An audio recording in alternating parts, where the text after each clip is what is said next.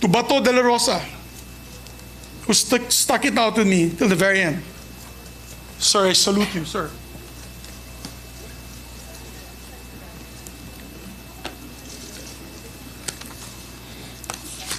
To the others, my dear friends, my heart is broken. My President, Mr. President, my esteemed colleagues, I rise on a matter of collective and personal privilege. I've always said that I serve at the pleasure of my colleagues, and I thank them for entrusting me with the monumental responsibility of leading the Senate over the past 2 years. It has been my greatest honor of my life as a public servant and the greatest challenge.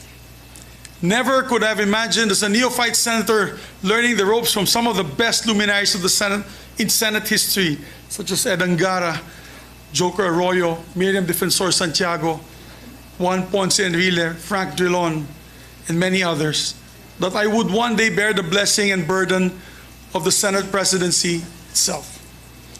I have given this job my all. Not only have I maintained my untarnished record as a public servant and my streak of perfect attendance since 1998, but I have also done my best to rise to the occasion as a leader responsible for this entire institution and everyone under its care.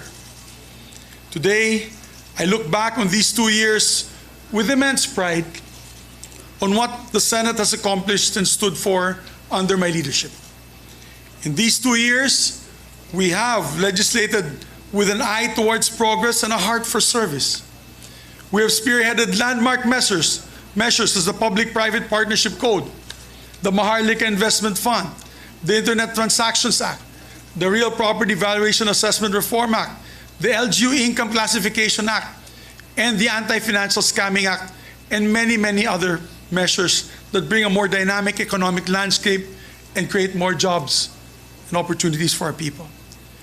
On the table, we have more economic measures that we expect to pass soon. Primarily the Create More and the new Government Procurement Act. Our first year was led by our mission of national reconstruction.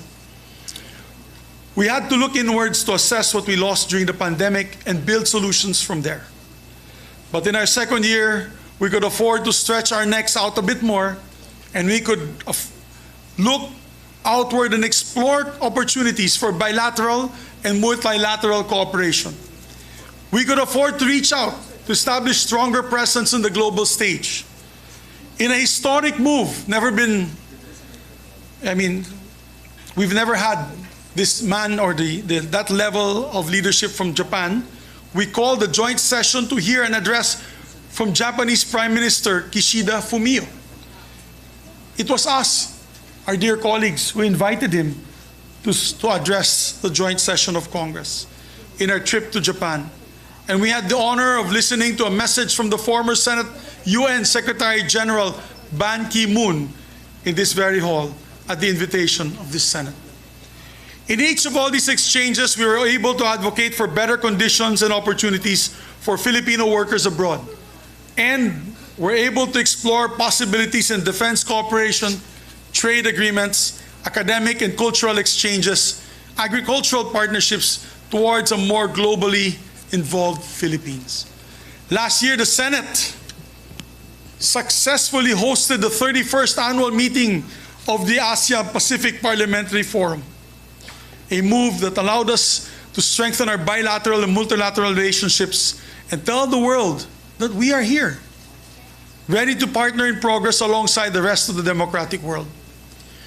We work to secure peace in the region so we can protect our fisher folk and their livelihood here on our waters. We reached out to draw investors in so we can create more jobs for our people. Sa huli, iuuwi natin lahat ng ating ginagawa para sa bayan at para sa taong bayan. While we work on hitting the goal of becoming an upper middle class income economy in the next few years, we also know that ultimately, development is not just about GDP growth. Walang tunay na kaunlaran hanggat may Pilipinong namamatay sa gutom o sa kawalan ng serbisyong medikal. Walang tunay na kaunlaran hanggat may mga kabataan tumitigil sa pag-aaral para magtrabaho para sa kanilang mga pamilya. Walang tunay na kaunlaran hanggat hindi matatanggap o natatanggap ng manggagawang Pilipino ang disenteng sahod. Senate President or not, I will continue to push for the welfare of our laborers until they receive decent wages that they deserve. The Senate has also been a committed partner to the armed forces of the Philippines and Coast Guard in defending the nation. No Senate has been more outspoken in opposing foreign aggression than the one that sits today. And lest we be accused of being all talk, let me assure you that this Senate has been working hand in hand with the armed forces and the Coast Guard in making necessary budget allocations for the procurement of maritime assets, arms, and defense systems. Lagi ko nga pong sinasabi, hindi nagkukulang sa puso at tapang ating mga sundalo at miyembro ng Coast Guard. Kailangan lang tapatan natin ang tamang mga kagamitan at mga sasakyan pandagat at panghimpapawid para tulungan silang ipaglaban ng ating bansa. Of course, none of these measures and budgetary allocations would have reached the President's table without the vital work of our Senate employees. I want to thank from the bottom of my heart the members of the Office of the Secretary, Secretary Ray Bantug, Legislative, Administrative and Finance Services, of course, Attorney Mavic, External Affairs and Relations, the Office of the Sergeant at Arms, my dear friend, my loyal friend and good friend, General Angkan, who ensure the security of the Senate, and of course, the staff of the senators who are all crucial to every step of lawmaking, to the whole Secretariat. Mabuhay po kayong lahat. I love you guys, you know that. So as Senate President, I'm proud to have led institutional reforms for the benefit of our Senate employees. Mahal na mahal ko kayong lahat, mga empleyado ng Senado.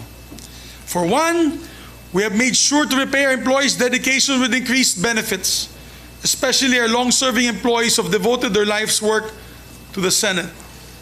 Marahil ay alam naman po ninyo kung ano-ano po ang mga monetary at non-monetary benefits na naibahagi sa inyo mula sa aking pamumuno. Mabuhay po kayong lahat. And I think we've been the most generous, and I'm proud of it. We have also gone full speed ahead on regularizing our casual and contractual employees. So many of our employees, particularly the hardworking folks in the Office of the Sergeant at Arms, sa OSA, are just one step away from being regularized.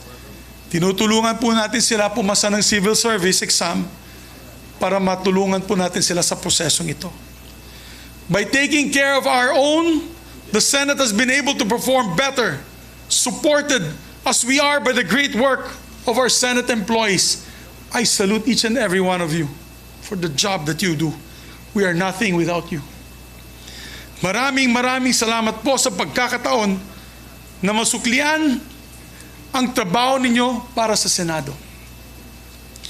You have helped shape the legacy of the Senate in its first 2 years under the 19th Congress. Now, I do not want to make any grand proclamations about the legacy of the Senate in these 2 years. Our legacy is not for us to define. Ultimately, that will be for the Filipino people to decide. All we can do is put work in and hope that our record speaks for itself.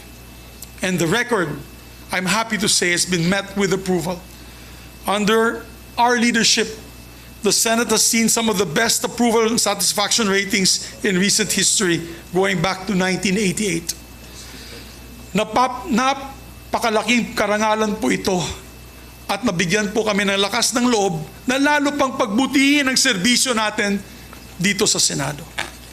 As Senate President, I look back on these 2 years with immense pride over what the Senate has accomplished and stood for under my leadership. We have been bold and courageous as a Senate, unafraid to call out injustice where we see it, whether in our sovereign seas or within our own government. We have been fair-minded and truth-driven in the Senate, despite the political noise that often surrounds us. We have been a compassionate Senate, listening to and acting on our people's call for decent jobs, equitable wages, and accessible health care. And we have been a staunchly independent Senate. Let me say that again. We have been a staunchly independent Senate, holding strong against all threats against our institution and against very threats to the very foundation of the democracy in which our nation is built. Indeed, these 2 years, I have come to realize that being Senate President is not only about leading the troops, but also putting oneself on the line. If that's what it takes to protect our institution. And so I have put myself on the line to shield the Senate from all attacks, particularly from efforts to diminish the powers of this institution as the country's last bastion of democracy. In January, we fought against the dreaded People's Initiative, which would have destroyed this very institution I'm standing here right now. God knows what I had to do to defend the Senate. Throughout all this, I could count on each and every one of our colleagues, both from the majority and the minority, whose wisdom and cooperation helps shape the identity of the Senate for this post-pandemic age. But I want to thank my leadership team and those who stayed beside me till the very end. Ma'am Lauren, my Senate President Pro Tem, thank you very much for your loyalty and wisdom. I know many times temptations have been called to you, but you've been steadfast. Maraming salamat, ma'am. True test of character. Maraming salamat. To my dear Majority Floor Leader, pare, thank you for your hard work and dedication. Isa ka sa pinakamasipag nating Majority Floor Leader. Pare, thank you for your friendship till the very end. I love you. You know that. Mahal kita. I will always cherish your support. To Sunny, possibly the best finance chair this institution has ever had, I thank you, sir. I thank you. You know, your father was like a father to me. And I'm happy to call you my brother, sir. Senator JV, what can I say? Your loyalty, your friendship and hard work, which you helped steer many important measures in this institution. Sir, I'm proud to call you my friend. Nancy,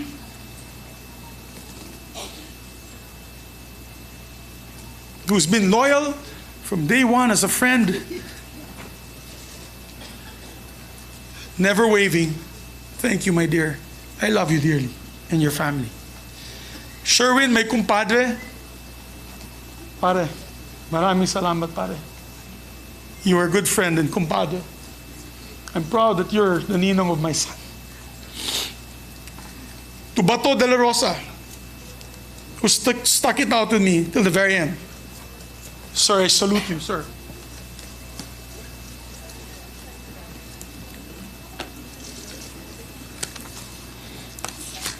To the others, my dear friends, my heart is broken. I am proud to have led a Senate that's been resolute in protecting our institution, our democracy, and our people. Being an independent leader, I gave way for each member of the Senate also to be independent and to come to decisions through collaboration rather than direction. I have never dictated my position on any of you. You know that. I've always supported your independence, which is probably why I face my demise today. I failed to follow instructions from the powers that be. Simple as that. I've listened to all my colleagues throughout my Senate presidency, and again I listened to them today.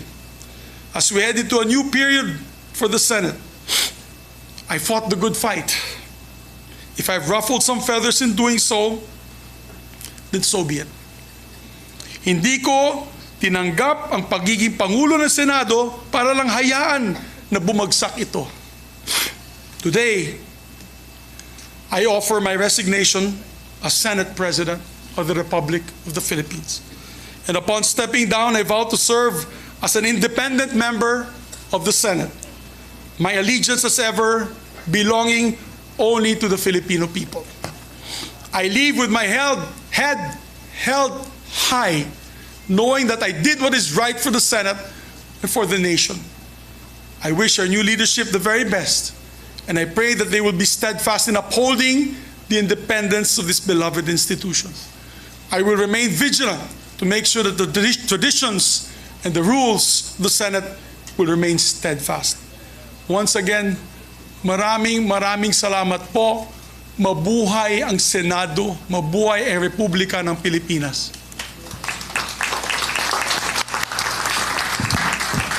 Thank you very much, Senate President Juan Miguel Zubiri, for your heartfelt speech. We are grateful for your service to the institution. Thank you for your service to the nation. Thank you for a job well done, Senate President Juan Miguel Zubiri. Session is suspended.